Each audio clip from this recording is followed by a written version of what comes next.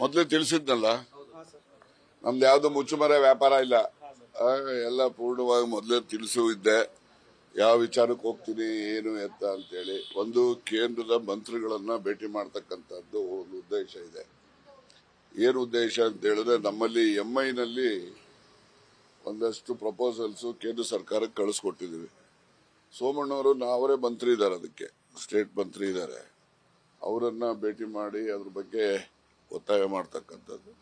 ಮತ್ತೆ ಅಮಿತ್ ಶಾ ಅವ್ರ ಜೊತೆನಲ್ಲೂ ಕೂಡ ನಮಗೆ ನಾಬಾರ್ಡ್ನಿಂದ ಹಣ ಕಡಿಮೆ ಬಂದಿದೆ, ರೈತರಿಗೂ ಸಾಲ ಸೌಲಭ್ಯ ಕೊಡ್ತಕ್ಕಂಥದ್ದು ಕುಂಠಿತ ಆಗಿದೆ, ಅದ್ರ ಬಗ್ಗೆ ಒಂದಷ್ಟು ಮಾಹಿತಿ ಕೇಂದ್ರ ಸರ್ಕಾರದಲ್ಲಿ ತಪ್ಪು ಗ್ರಹಿಕೆ ಆಗಿದೆ. 17% ಪ್ರಯಾರಿಟಿ ಲೆಂಡಿಂಗ್ ಮಾಡಬೇಕು ಕಮರ್ಷಿಯಲ್ ಬ್ಯಾಂಕ್ನವರು ಅಂತ ಹೇಳಿ ಒಂದು ಆದೇಶ ಇದೆ ರಿಸರ್ವ್ ಬ್ಯಾಂಕ್. ಆದ್ರೆ ಕಮರ್ಷಿಯಲ್ ಬ್ಯಾಂಕ್ನವರು 70% ಪ್ರಯಾರಿಟಿ ಲೆಂಡಿಂಗ್ಗೆ ಹಾಕ್ತಾ ಇರಲಿಲ್ಲ. ಅವರು ಅಲ್ಲಿ ಬರ್ತಕ್ಕಂಥ ಸರ್ಪ್ಲಸ್ ನ ನಾಬಾರ್ಡ್ ಕೊಡ್ತಾ ಇದ್ರು, ನಾಬಾರ್ಡ್ನವ್ರ ಇಂಟರ್ನ್ ನಮ್ಗೆಲ್ಲ ಬ್ಯಾಂಕ್ಗಳಿಗೂ ಕೊಡ್ತಾ ಇದ್ರು.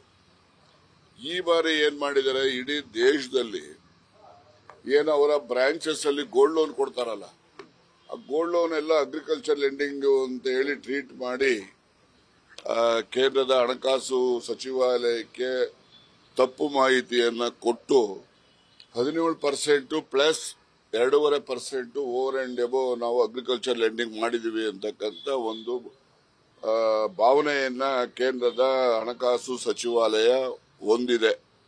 ಅದು ತಪ್ಪು ಗ್ರಹಿಕೆ. ಅದ್ರ ಬಗ್ಗೆ ನಾನು ಕೇಂದ್ರದ ನಮ್ಮ ಸಹಕಾರ ಸಚಿವರು ಅಮಿತ್ ಶಾ ಅವರನ್ನು ಭೇಟಿ ಮಾಡಿ ಅದ್ರ ಬಗ್ಗೆ ಮನವರಿಕೆ ಮಾಡತಕ್ಕಂಥದ್ದಕ್ಕೆ ಪ್ರಯತ್ನ ಮಾಡ್ತೀನಿ.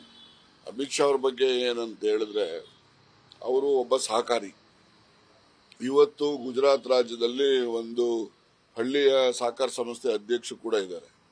ಮತ್ತೆ ಅಹಮದಾಬಾದ್ ಬ್ಯಾಂಕಿನ ಜಿಲ್ಲಾ ಬ್ಯಾಂಕಿನ ನಿರ್ದೇಶಕರು ಇದ್ದಾರೆ. ಮತ್ತೆ ಗುಜರಾತ್ ಸ್ಟೇಟ್ ಅಪೆಕ್ಸ್ ಬ್ಯಾಂಕಿನ ಡೈರೆಕ್ಟರ್ ಕೂಡ ಇದ್ದಾರೆ. ಹಾಗಾಗಿ ಅವರಿಗೆ ಶಾರ್ಟ್ ಟರ್ಮ್ ಕ್ರೆಡಿಟ್ ನ ಎಲ್ಲ ಸಮಸ್ಯೆಗಳು ಕೂಡ ಸ್ವಯಂ ಆಗಿ ಅವ್ರಿಗೆ ಗೊತ್ತಿರೋ ಹಿನ್ನೆಲೆಯಲ್ಲಿ ಈ ಮಾಹಿತಿಯನ್ನ ಅವರಿಗೆ ನಾನು ಈಗೇನಾಗಿದೆ ತೊಂದರೆ, ಆ ತೊಂದರೆಗಳನ್ನ ಅವರಿಗೆ ಮತ್ತೊಮ್ಮೆ ವಿವರಿಸಿ ನಮ್ಮ ಹಳ್ಳಿಗಾಡಿನಲ್ಲಿ ಬರ್ತಕ್ಕಂಥ ರೈತಾಪಿ ಕುಟುಂಬದವರಿಗೆ ಹೆಚ್ಚು ಸಾಲ ಸೌಲಭ್ಯವನ್ನ ಕೊಡ್ತಕ್ಕಂಥದ್ದಕ್ಕೆ ಪ್ರಯತ್ನ ಮಾಡ್ತೇವೆ. ಅವ್ರನ್ನು ಭೇಟಿ ಮಾಡ್ತೇವೆ. ಹೈಕಮಾಂಡ್ ನಲ್ಲಿ ಯಾರು ಅವೈಲೇಬಲ್ ಇದ್ದಾರೆ ಡೆಲ್ಲಿನಲ್ಲಿ, ನಮಗೆ ಪ್ರಮುಖವಾಗಿ ಬೇಕಿರ್ತಕ್ಕಂಥದ್ದು ನಮ್ಮ ಅಧ್ಯಕ್ಷರು ಖರ್ಗೆ ಅವರು, ಎರಡನೇದು KC ವೇಣುಗೋಪಾಲ್ ಅವರು ಮತ್ತು ಸುರ್ಜೇವಾಲಾ ಅವರು, ಇವ್ರು 3 ಜನನ ಭೇಟಿ ಮಾಡಬೇಕು ಅಂತ ಉದ್ದೇಶ ಇಟ್ಕೊಂಡಿದ್ದೀನಿ. ಹೇಳುವಷ್ಟು ಒಂದಲ್ಲ ಎರಡಲ್ಲ ರೀ, ಬಹಳ ಇದಾವೆ. ಈಗ ನಮ್ಮ ರಾಜ್ಯದಲ್ಲಿ ಕಾಂಗ್ರೆಸ್ ಪಕ್ಷ ಇನ್ನೂ ಹೆಚ್ಚು ಶಕ್ತಿಯುತ ಆಗಬೇಕು. 28ರ ಚುನಾವಣೆನೂ ಮತ್ತೆ ನಾವು ಗೆಲ್ಲಬೇಕು. ಆ ದೃಷ್ಟಿನಲ್ಲಿ ಈಗ ಉದಾಹರಣೆಗೆ ನಮ್ದು 1-2 ಪ್ರಮುಖವಾದಂತ ಬೇಡಿಕೆಗಳನ್ನ ಅವ್ರ ಮುಂದೆ ಇಡಬೇಕು ಅಂತ ಹೇಳಿದ್ದೇನೆ. ಈ ಯಾವ ವಿಧಾನಸಭಾ ಕ್ಷೇತ್ರದಲ್ಲಿ ಯಾವ ಸಮುದಾಯದ ಅಭ್ಯರ್ಥಿ ಸ್ಪರ್ಧೆ ಮಾಡ್ತಾರೆ, ಆ ಸಮುದಾಯದವ್ರನ್ನ ಹೊರತುಪಡಿಸಿ ಬೇರೆ ಸಮುದಾಯದವ್ರನ್ನ ಬ್ಲಾಕ್ ಸಮಿತಿಯ ಅಧ್ಯಕ್ಷಗಳಾಗಿ ಮಾಡಬೇಕು ಅಂತಕ್ಕಂಥದ್ದು ನನ್ನ ಮೊದಲಿನಿಂದನೂ ಕೂಡ ಅನಿಸಿಕೆ. ಅದ್ರ ಜೊತೆಯಲ್ಲಿ ಈಗ ವಿಧಾನ ಪರಿಷತ್ತಿಗೂ ಕೂಡ ನಾಮಕರಣ ಮಾಡತಕ್ಕಂಥ ಚಿಂತನೆ ನಡೀತಾ ಇದೆ, ಮಾಡಬೇಕೀಗ. ಅದರಲ್ಲೂ ಕೂಡ ವಿಧಾನ ಪರಿಷತ್ತಿನಲ್ಲಿ ಯಾವ ಸಮುದಾಯದವರು ಪ್ರಾತಿನಿಧ್ಯ ಇಲ್ಲ, ಆ ಸಮುದಾಯದವರಿಗೆ ನೀವು ನಾಮಿನೇಷನ್ ಮಾಡಬೇಕು ಪಕ್ಷದ ಹಿತದೃಷ್ಟಿಯಿಂದ ಅಂತಕ್ಕಂಥದ್ದು ನನ್ನ ಪ್ರಬಲವಾದಂತ ಒತ್ತಾಯ ಇದೆ. ಅದನ್ನು ಕೂಡ ಅವರಿಗೆ ಮನವರಿಕೆ ಮಾಡೋ ಪ್ರಯತ್ನ ಮಾಡ್ತೀನಿ. ಈ 2 ವಿಚಾರಗಳ ಬಗ್ಗೆ ಹೆಚ್ಚು. ಈಗ ಪೂರ್ಣ ಪ್ರಮಾಣದ ಅಧ್ಯಕ್ಷ ಇದ್ದಾರಲ್ಲ,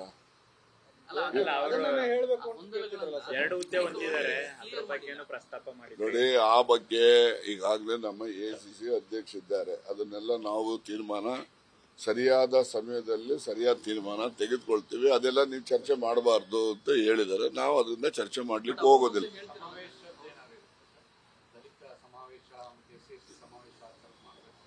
ಈಗ ಪಕ್ಷ ಸಂಘಟನೆ ಆಗ್ಬೇಕು ಅಂತ ಹೇಳಿದ್ರೆ ಸಮಾವೇಶಗಳ ಅಗತ್ಯತೆ ಇದೆ.